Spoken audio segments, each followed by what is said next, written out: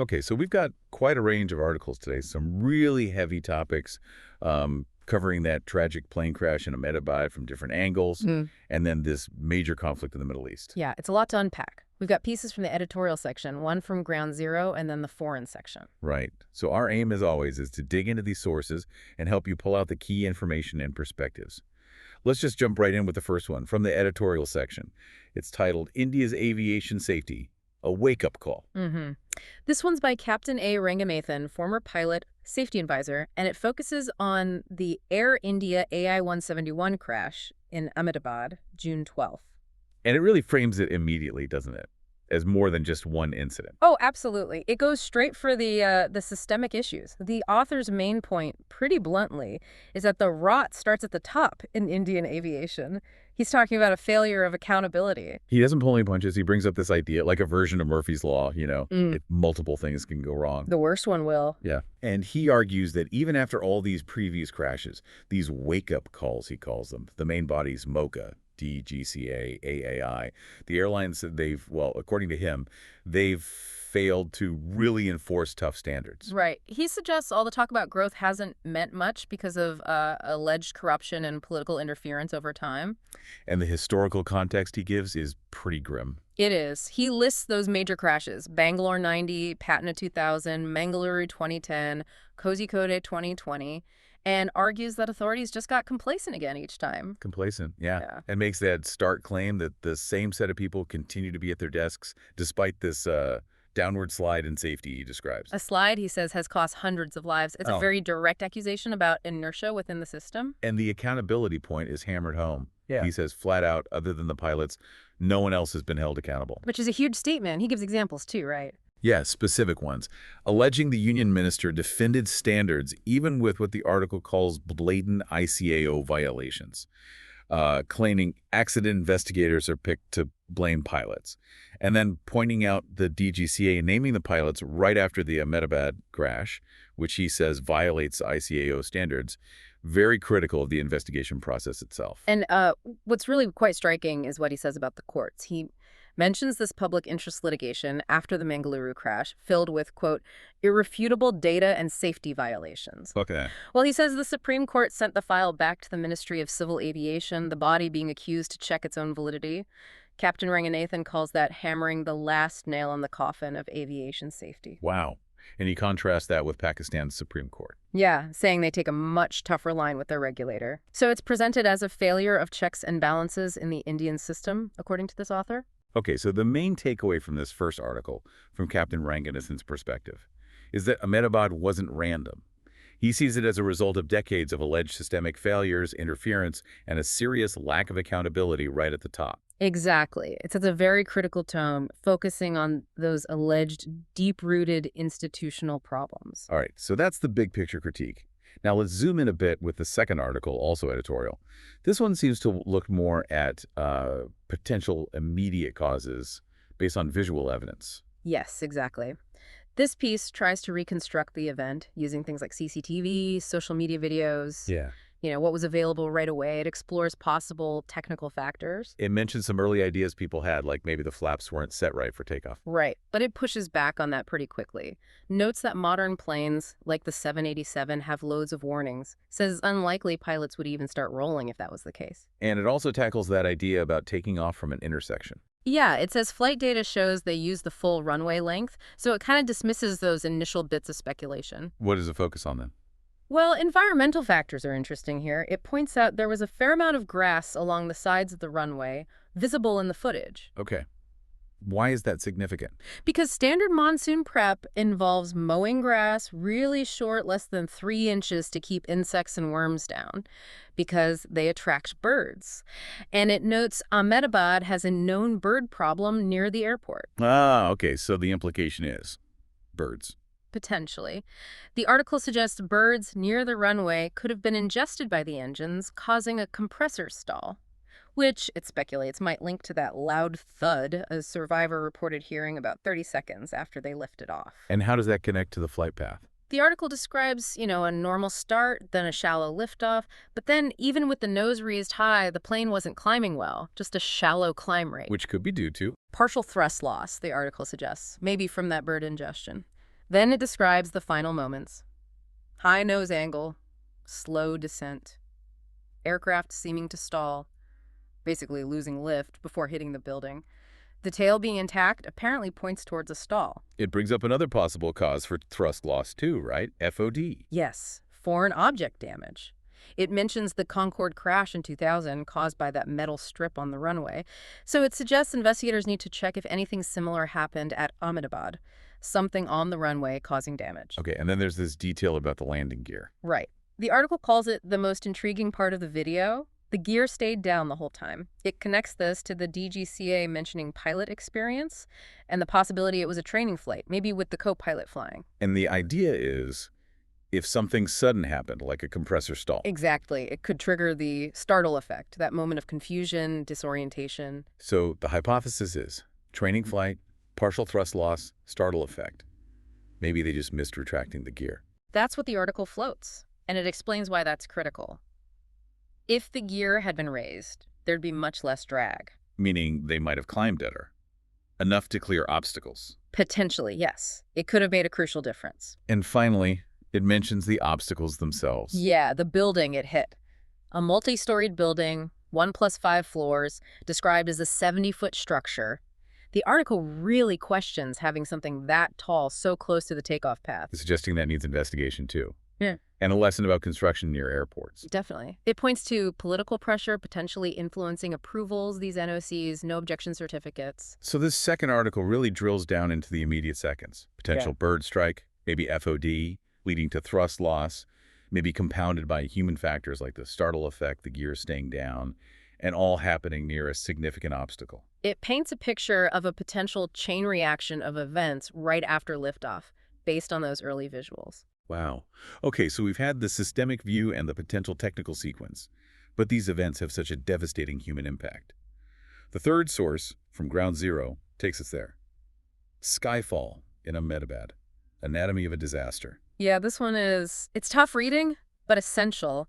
It grounds everything in the personal stories, the human cost, makes it incredibly real. It tells the story of Suraj Patani. Just absolutely heart-wrenching.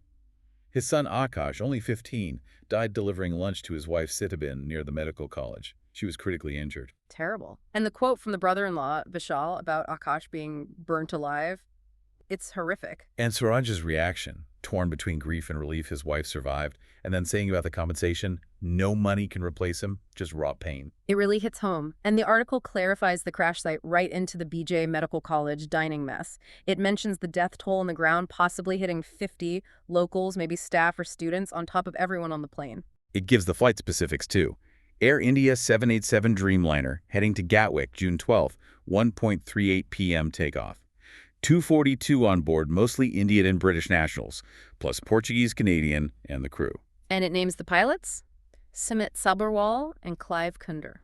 The flight path description here matches the other article, generally shallow climb to about 600 feet, then descent, crash, fire, confirmed by CCTV, mentions residents hearing an explosion, and the DGCA saying a mayday call was made. But it's the scene after, at the civil hospital. Yeah, the description is just vivid and awful. The smell of charred flesh and fuel, sirens, the crowded morgue, stretchers everywhere. And that detail about converting the post-mortem waiting area into an emergency mortuary with ACs, just to cope with the number of bodies and slow decomposition for DNA tests, it tells you the scale of it. The whole identification process sounds agonizing. Collecting DNA from relatives, the waiting, 72 hours mentioned for some, though some, like that young student Aryan Rajput, were identified visually. And you hear the voices of the families waiting, like Rafiq from Mumbai searching for his nephew. His questions. How can both engines fail? Right. Who cleared this plane? It was a death trap. That anguish, that need for answers. Yeah, contrasting with officials talking about financial aid while families are saying, we just want our child back. We want answers. It's a recurring theme, that search for truth amidst the grief. The article mentions local politicians, RSS volunteers helping out too. And that story of Ravi Kumar Thakur looking for his mother and daughter, showing a video of them laughing. Believing his son surviving was a miracle. Just fragments of immense loss and chaos. And then, crucially, the sole survivor's account. Vishwash Kumar Ramesh, passenger 11A. Sitting near an emergency exit, right? Yeah. He remembers the plane seeming to stall, thinking he'd die. But his side didn't hit the building directly. He unbuckled, the door broke open, he got out, burning his hand, but walked away. Incredible. The PM visited him later. This article really gives that ground-level view, the human devastation, the chaos, the grief, the search for answers. It's the essential context for understanding the true impact. Absolutely essential. Yeah. Okay, let's completely switch gears now. It feels abrupt, but that's how the news cycle is sometimes. Our final source is from the foreign section. Big geopolitical shift here. Israel's attack on Iran, June 13th, 2025. Yes, a very major event. And just to be absolutely clear for everyone listening, we're reporting what's in these articles. We're not taking sides, just presenting the information and perspectives described in the source material. Right. The articles frame it in huge historical terms. Endgame of a 2,611-year-old Jewish-Persian enmity. That's quite a statement. It is, and the opening quotes set the stage, Netanyahu calling it a decisive moment, Khamenei calling it a crime, promising a bitter destiny for Israel. Very strong rhetoric. The article calls it an inflection point. It details the Operation Rising Lion, launched June 13th, describes it as short, intense, tech-driven. But blitzkrieg, yeah. Leveraging gains from the previous 21 months of conflict, apparently. Targeting Iran's strategic infrastructure, nuclear missile, human assets. The scale mentioned is huge. Over 200 jets, over 100 targets. And it lists those alleged high-value assassinations. Chief of Staff, Revolutionary Guard commanders, nuclear scientists. A significant blow, if accurate. The article argues this wasn't out of the blue. It says Israel and its allies prepared, cornering Iran by hitting its proxy since October 2023. And crucially, the fall of Assad in Syria in late 2024 is seen as removing a key Iranian defense line. The international context it paints is complex. It notes the U.S. and allies calling for diplomacy publicly, but actions perhaps suggesting otherwise. Mentions Trump 1.0 pulling out of the nuclear deal, maximum pressure. Possibility of that increasing. Pressure on Saudi Arabia over oil cuts to hurt Iran's revenue. U.S. attacks on Houthis. And the timing of that IAEA resolution condemning Iran June 12th, the day before the attack, the article suggests this provided potential legal cover. It also mentions U.S. outreach to Pakistan, maybe to leverage its position as Iran's neighbor. How does it portray the Arab world's reaction? Largely Sunni states having mixed feelings, it says. No love lost for either side, but very worried about blowback. Blowback like. Iran disrupting the Strait of Hormuz, attacking regional targets, stirring up Shia minorities, maybe even ISIS or al-Qaeda reviving in the chaos. Lots of potential instability. And the article questions if Israel's objectives can be achieved cleanly, without major backlash or, say, radioactivity from hitting nuclear sites. It also raises the possibility Iran withstands the attack, which could backfire on Israel's strategy and rally Iranians to the regime. Plus, it notes this further isolates Israel from the Third World. Then there are the economic costs if it drags on. More inflation, lower growth, supply chain chaos, market turmoil, piling onto existing global problems. It quotes someone saying this undermines Trump's boast about stopping endless wars. So how might it unfold from here, according to the article? Well, a couple of scenarios. Maybe Tehran is left defanged, like Iraq after Desert Storm, weakened significantly. Well, the alternative. Or a wounded Iran could well expand the conflict. Seek retribution against pro-Western states, potentially drag the U.S. in directly, leading to anything from forced regime change in Tehran to a complete redrawing of the regional map. Huge uncertainty. And it ends with a thought on Iran's nuclear program. Yeah, that the immense cost, maybe $100 billion pursued for security, might have ironically provoked this attack instead. A very sobering point.